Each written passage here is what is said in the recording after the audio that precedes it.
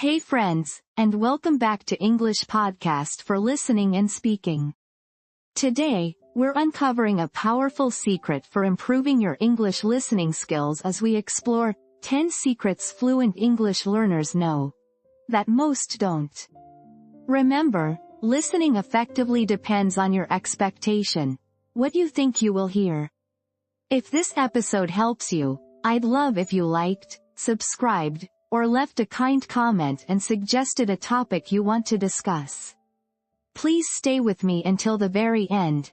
Our very first secret is to be intentional with your learning. What does that truly mean? It means knowing why you are engaging with English at any given moment. Are you listening to a podcast? Reading an article? Having a conversation? Before you even begin, ask yourself, what is my specific goal for this particular session? Many learners consume English content without a clear purpose, hoping that sheer exposure brings fluency. While exposure is crucial, intentionality elevates it from passive listening to active, targeted learning. Are you identifying new vocabulary? Focusing on subtle pronunciation or intonation? Grasping general meaning? Or picking out grammar? Each objective requires a different focus. Let me share a personal story from my friend, Keith, and his journey learning Mandarin. When he first started, like many of us, he just put on a Chinese drama or listened to a podcast, thinking passive listening was enough. He was getting some exposure, but wasn't seeing the rapid improvement he hoped for. Then, he shifted his strategy. Before each session, he set a clear intention. Some days, his goal was simply, today, I will listen only for the tones. Other days, I will listen for common everyday phrases and try to mentally repeat them. On another day, I'm going to focus on understanding the emotional context, even if I don't catch every word. This deliberate act of setting an intention transformed his learning. He told me it was like turning on a spotlight in a dimly lit room. His brain became primed to search for specific patterns and information.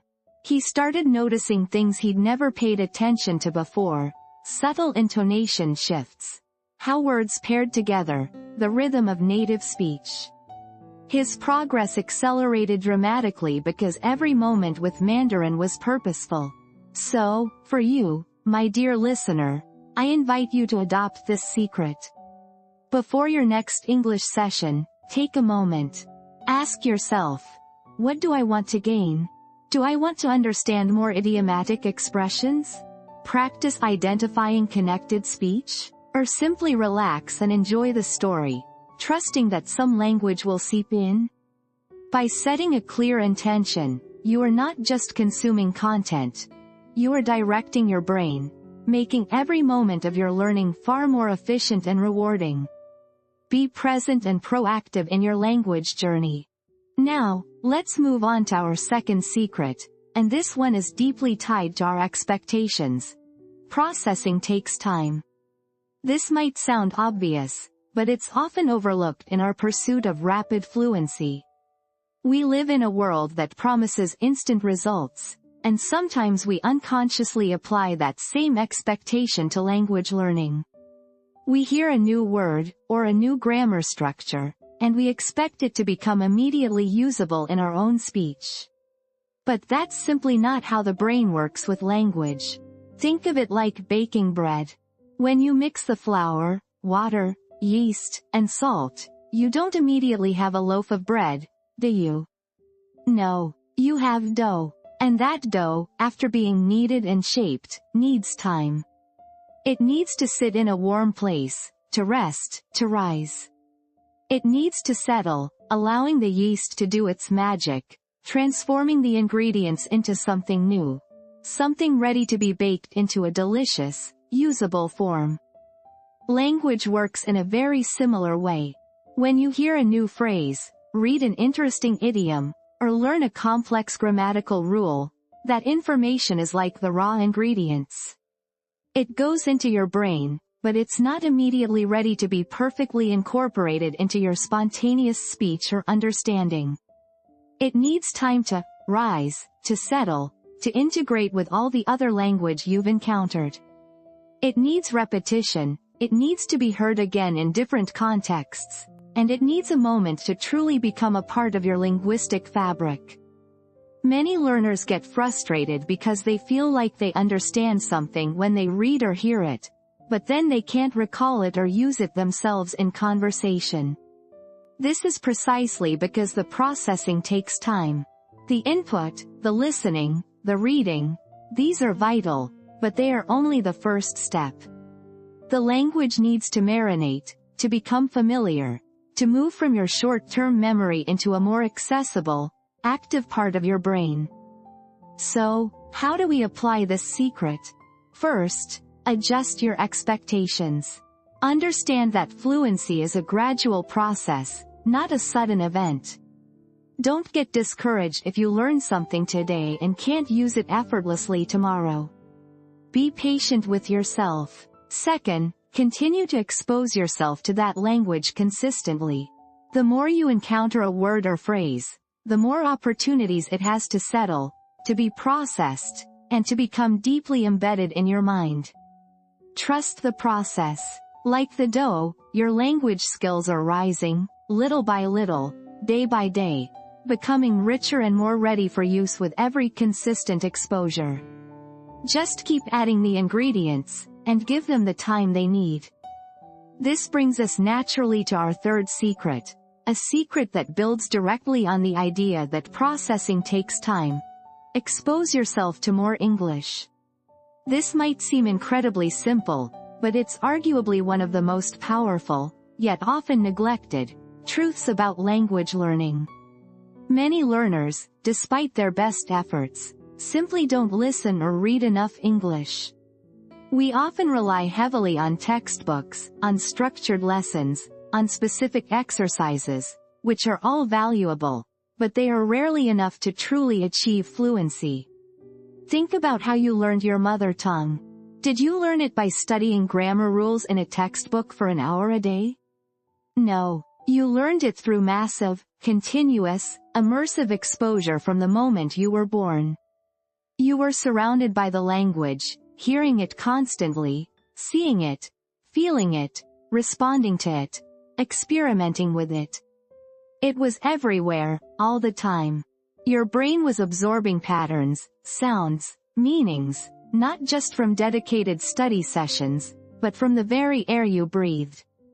This constant, pervasive presence allowed the language to settle, to be processed, and to become deeply ingrained. This is the kind of massive exposure that fluent English learners instinctively seek out. They understand that the classroom or the textbook is just a starting point. To truly make the language your own, you need to live with it. You need to make it a constant companion in your daily life. It's about creating an environment where English is not just something you study, but something you experience, something you consume, something you genuinely enjoy engaging with. So, how do we apply this secret? Beyond your structured lessons, immerse yourself in real, authentic English. This means diving into novels that capture your imagination, even if you don't understand every single word. It means finding podcasts about topics you genuinely care about, letting the rhythm and flow of native speech wash over you as you go about your day. It means watching movies and TV shows, perhaps with subtitles at first, but gradually training your ear to catch the nuances of natural conversation. It's about quantity as much as quality. The more you expose yourself to English in varied contexts, the more opportunities your brain has to pick up on patterns, to understand different accents, to hear new vocabulary repeated, and to integrate all that wonderful information. Don't limit yourself to what's in a textbook. Expand your world. Let English become the background music to your life, a constant, gentle hum that subtly, powerfully, shapes your understanding and your ability to use the language. The more you put in, the more your brain has to work with, to process, and eventually, to produce fluently. So, if massive exposure is the ocean of English you need to swim in, then our fourth secret, notice, is like learning to truly see the vibrant, intricate coral reefs beneath the surface. Most learners are excellent at listening passively, letting the English wash over them. And while that's a crucial first step, the fluent learner goes a step further. They don't just hear, they notice. What does noticing mean? It means actively paying attention to the smaller, often overlooked, details of the language as you listen or read. It's about becoming a detective of English, looking for patterns, connections, and nuances that might otherwise slip by. Think about those little words, the prepositions, the articles backquote on backquote, backquote in backquote, backquote at backquote, backquote the backquote, backquote a backquote. Why do we say, in the morning, but, on Tuesday? Why is it, interested in, but, good at? These are the tiny threads that weave together the tapestry of fluent English, and native speakers use them instinctively. It's also about noticing collocations, words that naturally go together. We make a decision, we don't do a decision. We have a good time, we don't possess a good time. These are not always logical, but they are essential for natural-sounding English. And then there's intonation, the melody of the language. Where does the voice rise? Where does it fall? How do native speakers convey questions, surprise, or sarcasm just through their tone? This concept of noticing is something that polyglots, like the incredible Steve Kaufman, emphasize repeatedly. He often talks about how a significant part of his learning process isn't just consuming content, but being alert to these patterns. He's not actively memorizing lists. He's simply letting his brain pick up on how things are said and how words relate to each other. It's a very organic, yet highly effective, form of self-correction and integration. So, when you're listening to that podcast or watching that movie, try pausing when you hear a phrase, a word combination, or an intonation pattern that feels new or interesting. Don't just move on. Take a moment. Repeat it aloud. Try to feel it in your mouth. Ask yourself, why did they say it that way? What does this preposition imply here? You don't need to write it down or dissect it grammatically every time. The act of simply acknowledging it, of bringing it to your conscious awareness for a moment, helps your brain solidify that new piece of information. This conscious act of noticing turns passive input, which is important for exposure, into active learning. It's like highlighting a passage in a book not just to remember it, but to truly understand its significance. It trains your ear and your brain to recognize patterns that you can then naturally reproduce. It's a gentle, consistent way to deepen your understanding and accelerate your journey towards speaking and listening with greater accuracy and confidence. You're not just a recipient of language anymore. You're an active participant in its discovery. Now, let's talk about something that every single language learner, at some point, experiences, and something that fluent learners truly embrace, the messiness of learning. This is secret number 5. You see, when we start learning English, we often imagine a perfectly smooth, upward slope. We think, if I study for an hour every day, my English will just get better and better, linearly, without fail. But anyone who's been on this journey for a while knows that it's just not like that at all. Language learning is profoundly, beautifully, and sometimes frustratingly, messy. It's not a straight line, it's more like a stock market graph. Some days, you'll wake up, and your English will feel incredible. Words will flow, you'll understand everything, and you'll feel like you've made a huge leap forward. You'll feel so confident, so powerful, like you've unlocked a new level of fluency. And then, the very next day, or maybe a week later, you might feel like you've forgotten everything. You might stumble over simple words, misunderstand basic sentences, or just feel completely stuck, as if all your progress has vanished. It can be incredibly frustrating, disheartening, and it makes you question everything you've been doing. I remember distinctly, when I was learning Mandarin, there were weeks where I felt like I was flying. I could hold conversations, I was picking up new vocabulary from TV shows effortlessly, and I felt so connected to the language.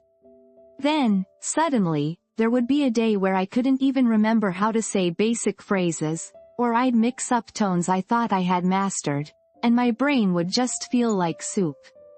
In those moments, it felt like all the hard work was for nothing. It was easy to get discouraged and think, what's the point?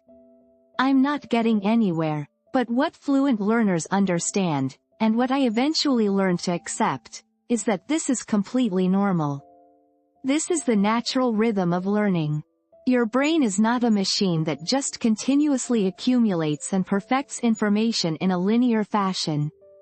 It's a complex, organic system that processes, organizes, and sometimes, it needs to rest, reorganize, and integrate. Those bad days aren't a sign of failure or that you're losing your English.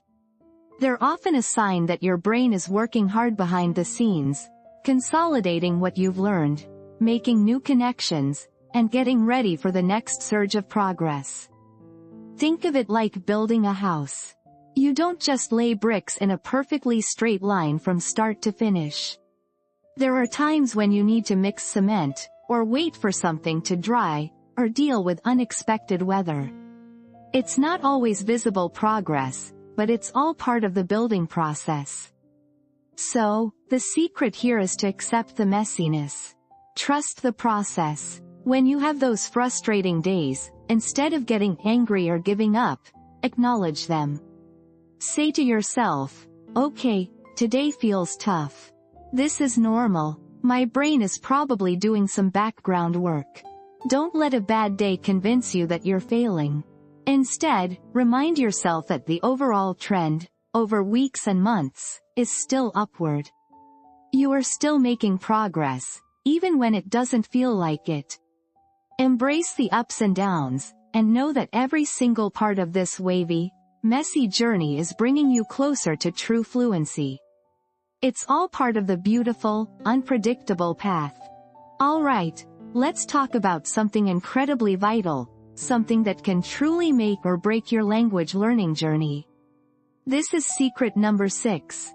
Make it fun. Yes, you heard that right, make your learning enjoyable.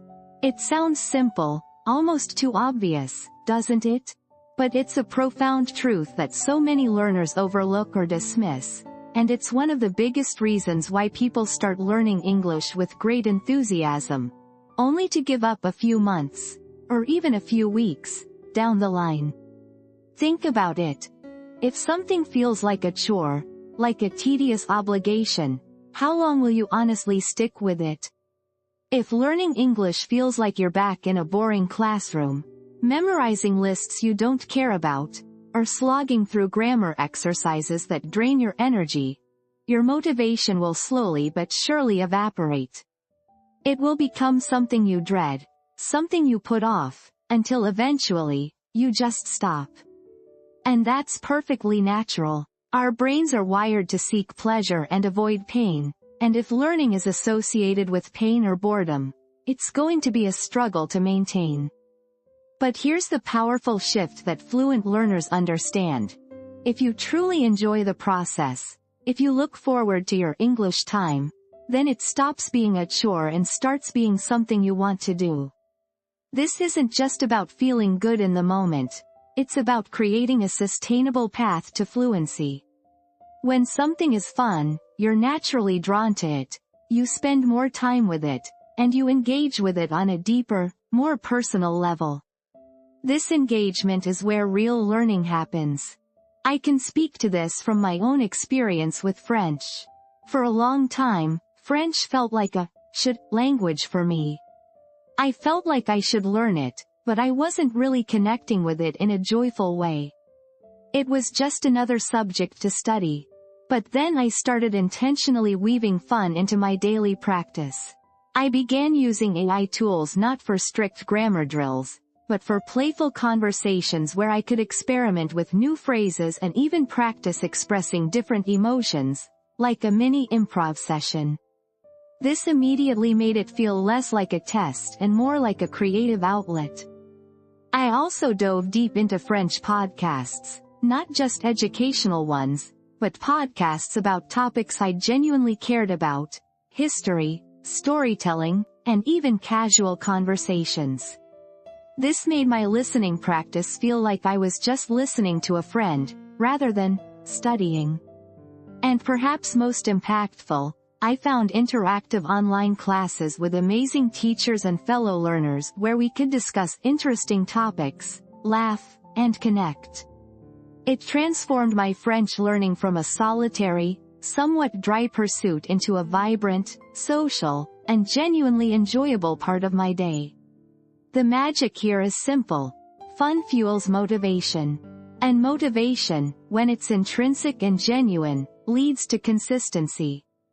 When you're consistent, when you show up day after day because you want to, that's when the long-term success, that's when fluency, truly blossoms. So, please, ask yourself, how can I make my English learning more fun? What truly brings me joy? Find those avenues, explore them, and let the pleasure guide your path to fluency. It's not just an option, it's a critical secret to staying on track and loving the journey. Now, let's transition from the joy of learning to something equally powerful for your fluency journey. Something that many fluent learners embrace as a foundational element. Secret number 7. Create a consistent learning habit. If fun is the fuel that keeps you going, then habit is the engine that ensures you stay on the road, steadily moving towards your destination. Think about anything you do consistently in your life: brushing your teeth, having your morning coffee, going to work. These aren't usually things you debate or decide upon each day. They're simply part of your routine. They happen almost automatically, without a huge amount of willpower required. This is the power of a habit, and it's precisely what you want to cultivate for your English learning. Many learners approach English practice with a burst of enthusiasm, spending hours one day, but then nothing for a week. Or they wait for inspiration to strike, for a sudden feeling of motivation. But motivation is fleeting. It comes and goes like the wind. What endures, what truly builds fluency, is consistency, built upon a solid habit. It's not about how much you study in one go. It's about showing up, regularly, even if it's just for a short period. So, how do you create this habit? It starts by making English a non-negotiable part of your routine. Choose specific times and days for your practice.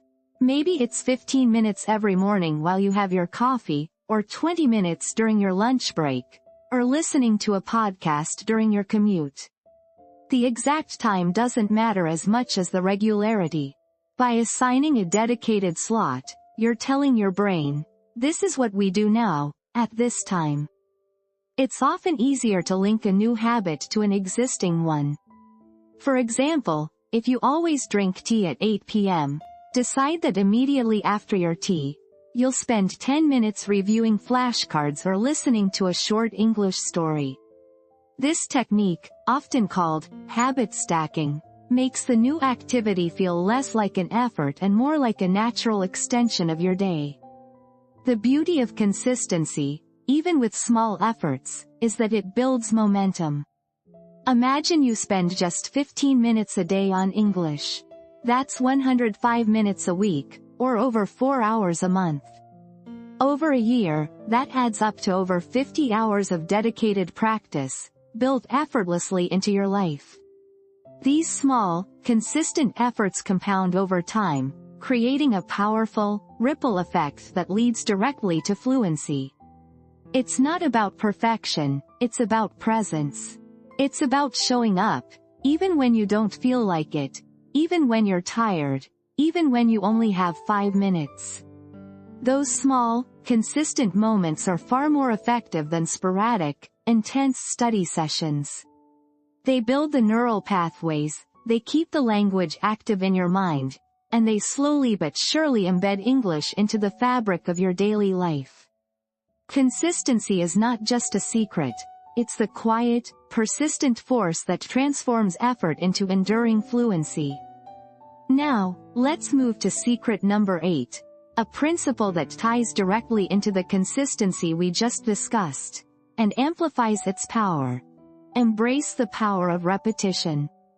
If creating a habit is about showing up, then repetition is about what you do when you show up, ensuring that what you encounter truly becomes yours. Think about it. When you learned your first language, you didn't just hear a word once and instantly use it perfectly. You heard it countless times, in different contexts, from different people, until it seamlessly became part of your mental library. Language learning, at its heart, is a deeply repetitive process. Yet, so many English learners skip over this crucial step. They might learn a new word, look it up, maybe write it down, and then move on, assuming it's now known.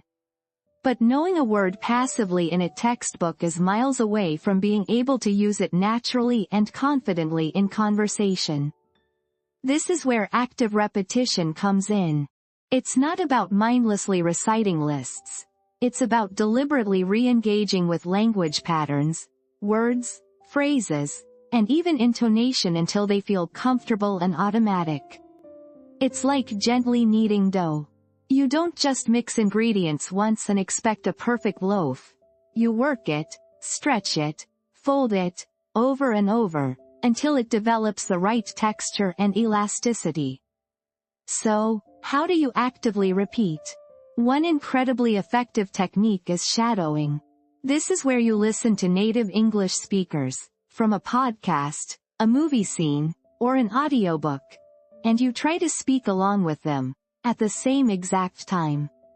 You're mimicking their pronunciation, their intonation, their rhythm, even their pauses.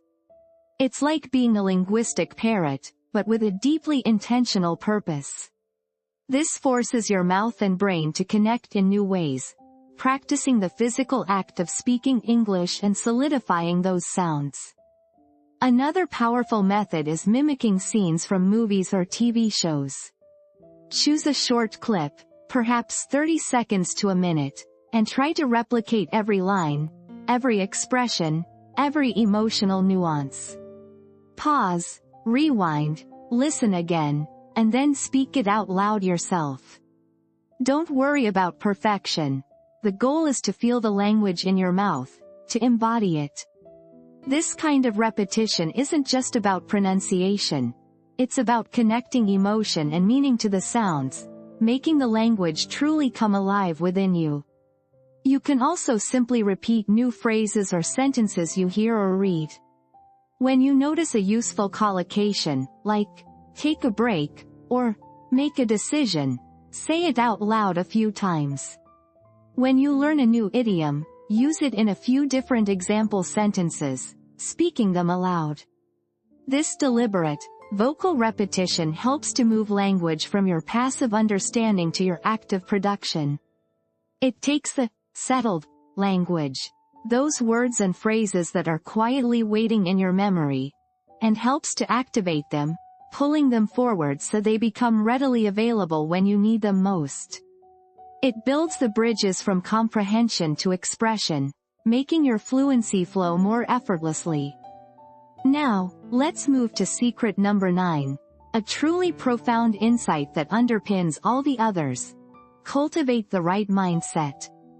You can have the best methods, the most resources, and perfect habits, but if your internal dialogue, your beliefs about yourself as a learner, are not aligned, progress will feel like an endless uphill battle. Fluent English learners understand that their mental game is just as crucial, if not more so, than their study techniques. This secret can be encapsulated in a simple, powerful framework I call ASEP.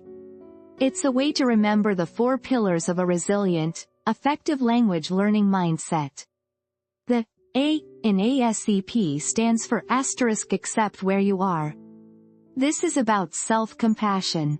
It means looking at your current English level, whatever it may be, beginner, intermediate, or advanced, with kindness and honesty, without judgment. Don't compare yourself to others, or to some imaginary perfect version of yourself. Just accept your starting point, your current capabilities, and your current challenges. This acceptance frees you from the paralyzing fear of not being good enough, and allows you to truly begin from where you stand. It's a gentle acknowledgement that sets the stage for growth. Next, the S is for step-by-step progress. Fluency isn't a single, grand leap. It's a countless series of tiny, consistent steps. Some days, you might feel like you've taken a huge stride forward. On others, it might feel like you've shuffled barely an inch. But the key is to appreciate and focus on the small, incremental improvements. Each new word understood, each sentence correctly formed, each natural intonation used. These are all steps. Celebrate these small victories, and trust that these consistent, gentle steps, over time, accumulate into remarkable progress. The E stands for embrace mistakes. This is perhaps the hardest one for many learners, yet it's absolutely vital. Mistakes aren't failures. They are signposts, showing you exactly where to focus next. Every mispronounced word, every grammatical error, every awkward phrase, is a piece of valuable feedback. When you embrace mistakes, you lose the fear of speaking or trying something new. You understand that making mistakes is not a sign of incompetence, but a natural, necessary part of the learning process. It's how your brain refines its understanding and builds stronger connections. Finally, the P is for positive attitude. This is about believing in yourself, even when it feels challenging. It's the quiet voice inside you that says, I can do this. A positive attitude fuels your motivation, helps you persevere through difficult days, and encourages you to seek out opportunities for practice. It's about cultivating optimism, celebrating your efforts, and maintaining a sense of curiosity and joy in the learning journey. It's the inner cheerleading that keeps your energy high. Think of language learning like running a marathon. It's not just about physical training, it's profoundly a mental game. There will be moments when you feel strong and energetic, flying effortlessly. And there will be moments when you hit a wall, when every step feels heavy, and doubt creeps in. In those moments, it's your mindset, your acceptance of where you are, your focus on step-by-step progress, your willingness to embrace the stumbles, and your positive attitude that says, I can keep going, that will carry you through. The right mindset is the endurance fuel for your English journey, ensuring you not only reach fluency but enjoy the incredible, transformative path along the way.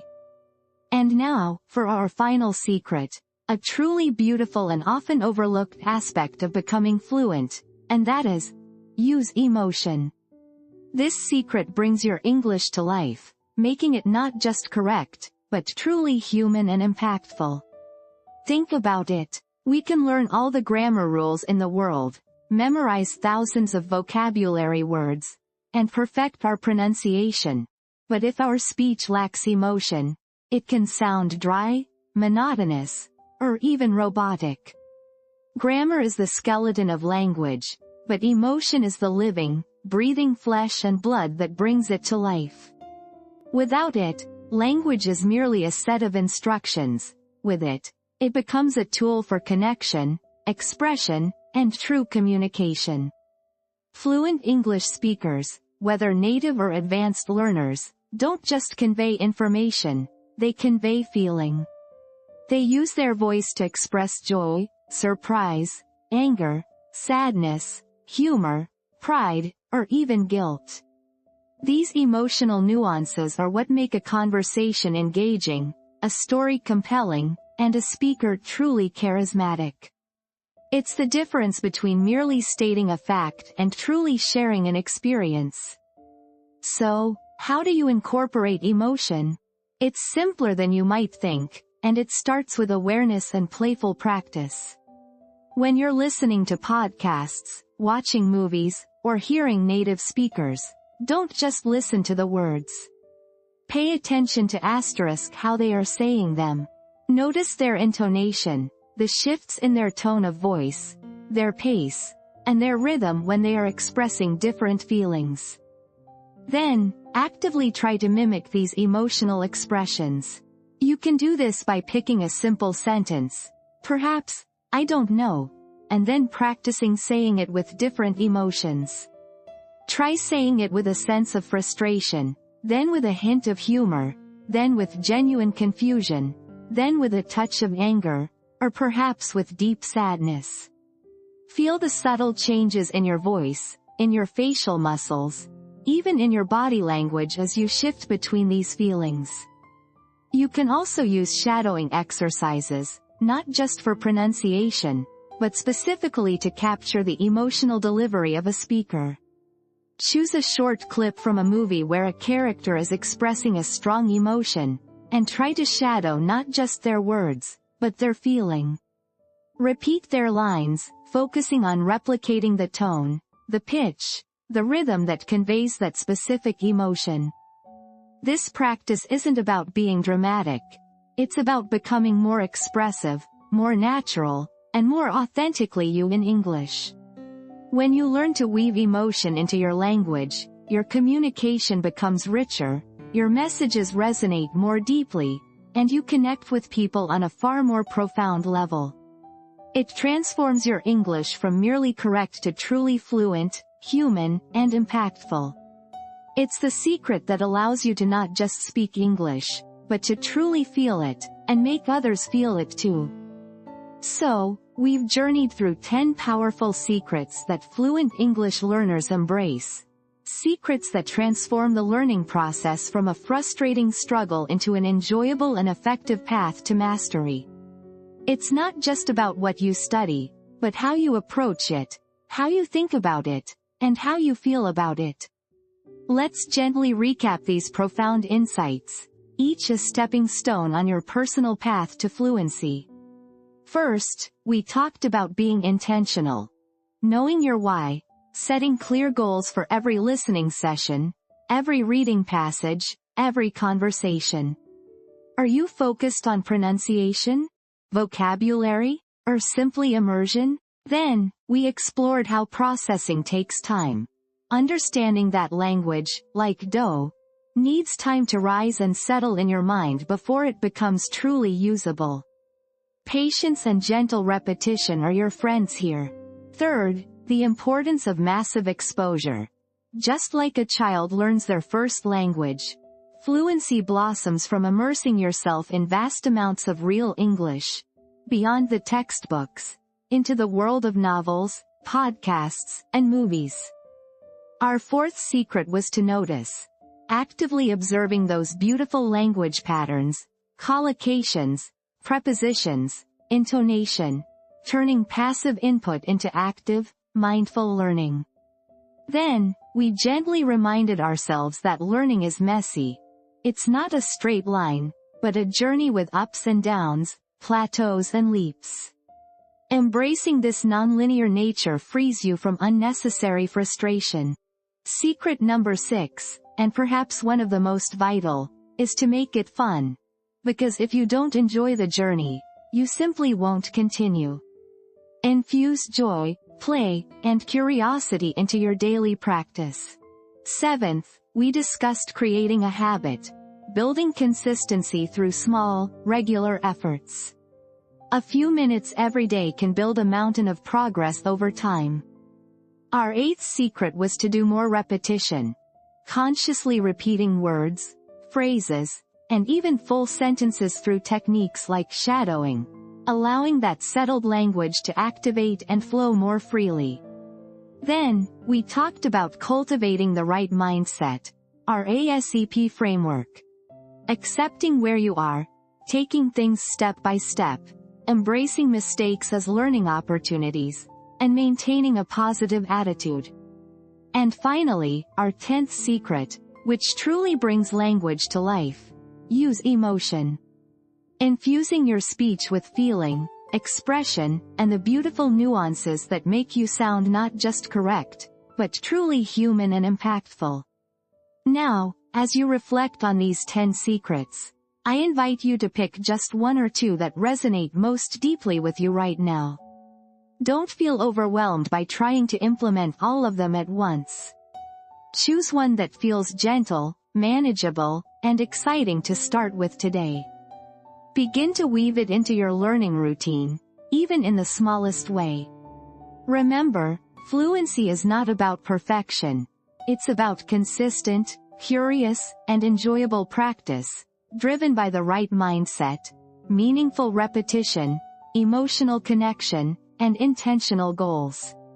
Trust the process, embrace the journey, and know that with each step, you are becoming more and more the fluent, confident English speaker you aspire to be. Keep going, and most importantly, keep enjoying it. As we gently bring this episode to a close, I want to offer my deepest, most heartfelt thanks to you, for spending this time with me, for listening so attentively, and for investing in your English journey. Your commitment, your curiosity, and your presence mean the world. Remember, the very heart of fluency isn't about memorizing every word or perfecting every grammatical rule. It's about something much more profound. It's about cultivating smart, gentle habits. It's about allowing yourself to have flexible, patient expectations for your progress. And it's about embracing an intentional, kind mindset toward yourself and your learning. These are the soft, powerful secrets that truly unlock fluent English. This journey is a personal one, a beautiful exploration, and you are not alone on this path. If these thoughts have resonated with you, and you feel a gentle pull to explore more, to deepen your practice, or to simply connect with a community of fellow learners, please know there are always ways to continue this journey. Perhaps by revisiting previous episodes, or by exploring structured paths that can guide you step by step. May you continue to find joy and peace in your English learning. May your path be filled with discovery, with moments of quiet understanding, and with the gentle satisfaction of consistent growth. Keep nurturing your curious spirit, and keep believing in the beautiful speaker you are becoming. Thank you again, from the bottom of my heart, for being here. Until next time, take gentle care.